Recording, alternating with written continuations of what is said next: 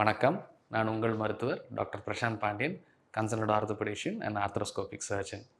இன்னைக்கு நம்ம soft tissue injury, அதாவது தசை மற்றும் தசை நாருக்கான காயங்கள் பற்றி பார்க்கலாம். அடிபடும் போது நிறைய நேரத்தில் வலியும் வீக்கம் வந்த உடனே நம்ம என்ன பண்ணுவோம், பக்கத்தில் இருக்க டாக்டரை பார்த்து ஒரு எக்ஸ்ரே மாதிரி ஒரு இன்வெஸ்டிகேஷன் எடுத்துருவோம். அதில் எதுவும் காயங்கள் இல்லை அப்படின்னா யூஸ்வலாக அந்த டாக்டர் உங்களுக்கு மருந்து மாத்திரைகள் கொடுத்துட்டு கொஞ்சம் ரெஸ்ட் எடுங்க, தன்னை போல் சரியாயிடும் அப்படின்றது சொல்லுவாங்க. இது உண்மைதான்.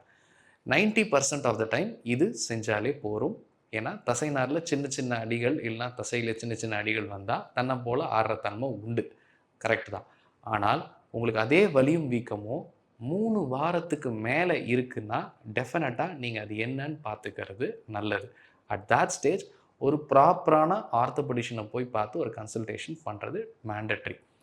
ஏன் அப்படின்னா ஒரு ஒரு எக்ஸாம்பிளுக்கு ஒரு தசை நார் தான் அடிபட்டிருக்குன்னு வைப்போம். சின்னதாக அடிபட்டிருக்கு அப்படின்னா அந்த ஸ்டேஜ்லேயே நீங்கள் அதை டிடெக்ட் பண்ணிட்டீங்க. ஒரு எம்ஆர்ஐ ஸ்கேன் மாதிரி ஏதாவது ஒன்று எடுத்து, ஸோ இதுதான் நம்ம குறிப்பிட்ட பிரச்சனை அப்படின்ற ஒரு டயக்னோசிஸ் கொண்டு வந்துட்டோம் அப்படின்னா அதை ட்ரீட் பண்ணுறது ரொம்ப ஈஸி. வெறும் மருந்து மாத்திரைகள், சில விதமான இன்ஜெக்ஷன்ஸ், ஃபிசியோதெரப்பியே போதுமான அளவுக்கு இதை சரி பண்ணிடலாம்.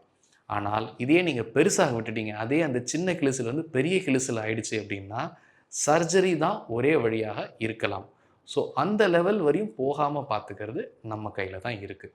ஸோ இது பற்றின புரிதல் ரொம்ப ரொம்ப முக்கியம். உங்களுக்கு இந்த மாதிரி ப்ராப்ளம் இருக்குதுன்னு தெரிஞ்சதுன்னா டெஃபினட்டாக உங்கள் பக்கத்தில் இருக்க ஆர்த்தோபெடிஷனை போய் பாருங்கள். தேங்க்யூ.